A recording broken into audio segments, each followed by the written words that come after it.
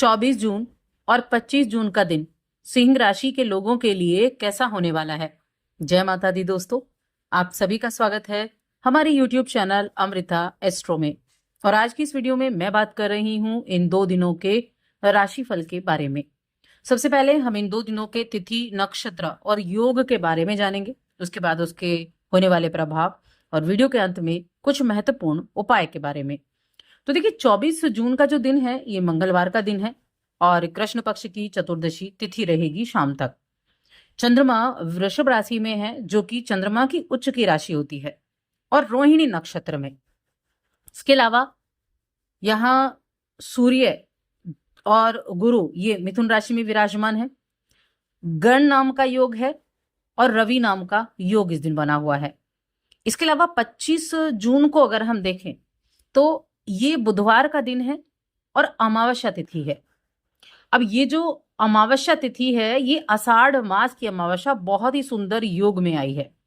चंद्रमा तो राशि बदलकर मिथुन राशि में आ जाएंगे। मिथुन राशि में, बुध की राशि में गुरु, बृहस्पति और सूर्य विराजमान है। तो पहला तो बनेगा गजकेसरी योग गुरु के साथ मिलने से। दूसरा बनेगा त्रिग्रही योग सूर्य और गुरु और चंद्र की युति से। साथ में यहाँ सर्वार्थ सिद्धि योग भी बना हुआ है और रवि वृद्धि योग भी बना हुआ है। तो इन इतने अच्छे योगों में ये अमावस्या तिथि आई है, जिसके प्रभाव क्या होंगे और उपाय आप क्या कर सकते हैं ये जानेंगे। तो आगे बढ़ने से पहले छोटा सा निवेदन है, चैनल पर पहली बार आए हैं, अभी तक चैनल को सब्सक्राइब नहीं किया है तो जरूर कर लें। तो मैं यहाँ पहले बात करूंगी 24 जून के बारे में कि 24 जून का जो दिन है वो आपके लिए कैसा रहेगा। तो देखिए, चंद्रमा जो है वो वृषभ राशि में है और वृषभ राशि चंद्रमा की उच्च की राशि कही गई है। ये जो है ये इनकी उच्च की राशि कही गई है, आपके कर्म स्थान में है। जो चंद्रमा है कर्म स्थान में है आपके, और चौथे घर पर दृष्टि है, साथ में अपने ही नक्षत्र में बैठे हुए हैं, यानी 12वें भाव का है। तो थोड़ा सा ध्यान रखना होगा हेल्थ का। हेल्थ को मैं कहूंगी बहुत ज्यादा अच्छी नहीं है। और एक चीज और ध्यान रखनी है, लड़ाई झगड़ों से दूरी बनाकर रखनी है, खास तौर से उन लोगों के साथ जिनकी आप परवाह करते हैं। थोड़ा अपनी वाणी पर नियंत्रण रखें, क्योंकि आपके लिए चंद्रमा चौथे भाव के स्वामी वहां करियर के भाव में गए हैं। तो किसी तरह की ऐसी ना बात हो तो इसका ध्यान रखें। बाकी चीजों में अगर देखा जाए, हम करियर की बात करें, आपके नौकरी, आपका बिजनेस, इन चीजों की बात करें तो वहां चीजें बहुत बेहतरीन होंगी, बहुत अच्छा रहेगा वहां पर समय। ये देखिए, ना तो कभी भी एक चीज याद रखें, ना तो बहुत अच्छा समय ज्यादा दिनों तक टिकता है, ना बहुत बुरा समय ज्यादा दिनों तक टिकता है। तो इंसान के जो कर्म है ना, वो ऐसे होते हैं कि अपने कर्मों के आधार पर या अपने कर्म के अनुसार वो चीजों को बदलता भी है, बिगाड़ता भी है और बनाता भी है। तो इस समय अवधि में आप अपना जो कार्य हैं उन पर पूरी तरीके से फोकस बनाकर चले। और एक चीज हमेशा याद रखें, हम जो बोते हैं वही पाते हैं। इसलिए ऐसी चीजों के तरफ, ऐसी चीजों को तरफ ध्यान दें जो आपको आगे चलकर खुशी दे सके। आपका मन धार्मिक कार्यों में लगेगा, जिससे आपके मन को बड़ी शांति मिलेगी। आप अपने दोस्तों के साथ बड़ा अच्छा समय बिता पाएंगे। और इस समय अवधि में आपके जो पैसे आने के, धन आने का योग भी बड़ा जबरदस्त तरीके से बना हुआ है।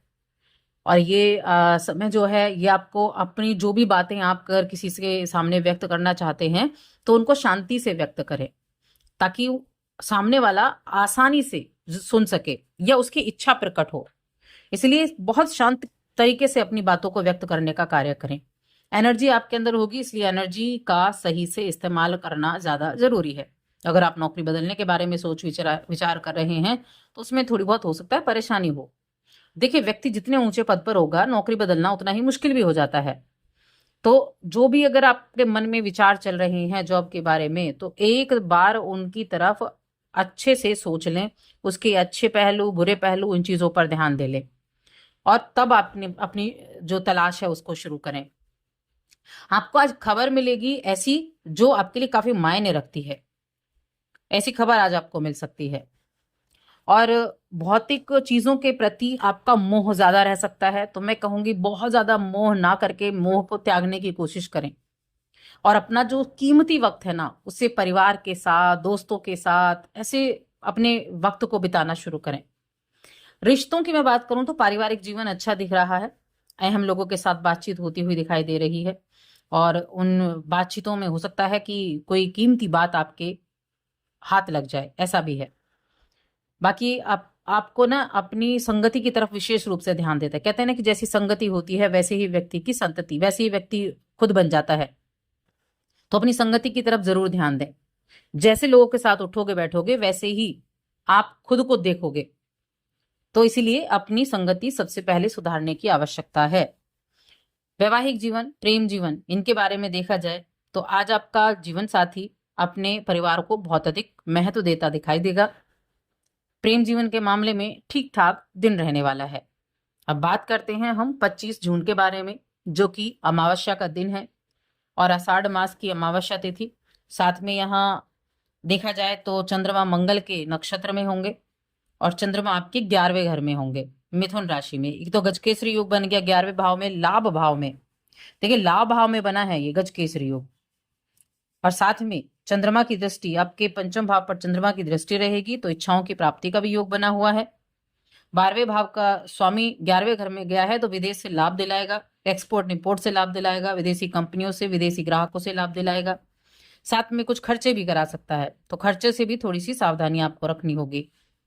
मंगल के नक्षत्र में है और मंगल आपके चौथे घर के स्वामी है, मंगल आपके भाग्य भाव के स्वामी है, तो भाग्य का भी साथ मिलेगा आपके लिए। इस समय अवधि में धर्म कर्म से चीजों से जुड़ने का भी समय मिलेगा। कुछ मकान संबंधी, प्रॉपर्टी संबंधित कुछ चीजें, उनमें भी आप ध्यान देते हुए दिखाई देंगे। तो ये स्थितियां भी रहेंगी। संतान की तरफ ज्यादा सोच विचार रहेगा, उनकी शिक्षा को लेकर रहेगा, या जो स्टूडेंट है उनका अपनी पढ़ाई को लेकर थोड़ा ध्यान ज्यादा रह सकता है, मन में चिंता रह सकती है। तो इन चीजों की तरफ आपका ज्यादा ध्यान रहने वाला है। बाकी जो चीजें हैं वो अच्छी रहेंगी। धन प्राप्त होने का योग है, इनकम आपकी बढ़ने का योग है, सामाजिक रूप से ज्यादा सक्रिय रहेंगे, मित्रों के साथ जुड़ाव रहेगा, मित्रों के साथ अच्छी बनेगी भी, आसपास का माहौल अच्छा रहेगा, आपके अपने बड़े हैं उनका सपोर्ट मिलेगा। अब देखें अगर इस अमावस्या के दिन आप क्या कर सकते हैं, तो देखिए सुबह स्नान आदि करने के बाद में सबसे पहले तो सूर्यदेव को अर्घ्य दें, उसके बाद शिवलिंग को 1 लोटा जल चढ़ा कराएं या फिर दूध चढ़ा सकते हैं, कच्चा दूध। और पीपल, जब जहां भी आपके आसपास कहीं पीपल हो उसके पास एक दीपक जलाएं, जरूर जलाएं एक दीपक। और एक कार्य जो बहुत इंपॉर्टेंट होता है, देखिए जो अमावस्या का दिन है वो हमारे पितरों को समर्पित होता है, हमारे पितरों को प्रसन्न करने के लिए होता है। आप उनके नाम से एक पौधारोपण जरूर करें। आप नीम का पौधा लगा सकते हैं, आप पीपल का वृक्ष लगा सकते हैं। अमावस्या के दिन पीपल के पेड़ लगाना, और अभी जो वक्त चल रहा है इस समय अवधि में पेड़ लगाना सबसे ज्यादा शुभ होता है, लेकिन ऐसी जगह लगाएं जहां आप उसको सींच सके। तो ये कार्य आप कर सकते हैं। बाकी उनके नाम से आप ये पौधा लगाएं या उनके नाम से आप किसी तरह का दान पुण्य भी कर सकते हैं। और साथ ही चैनल को सब्सक्राइब कर लें।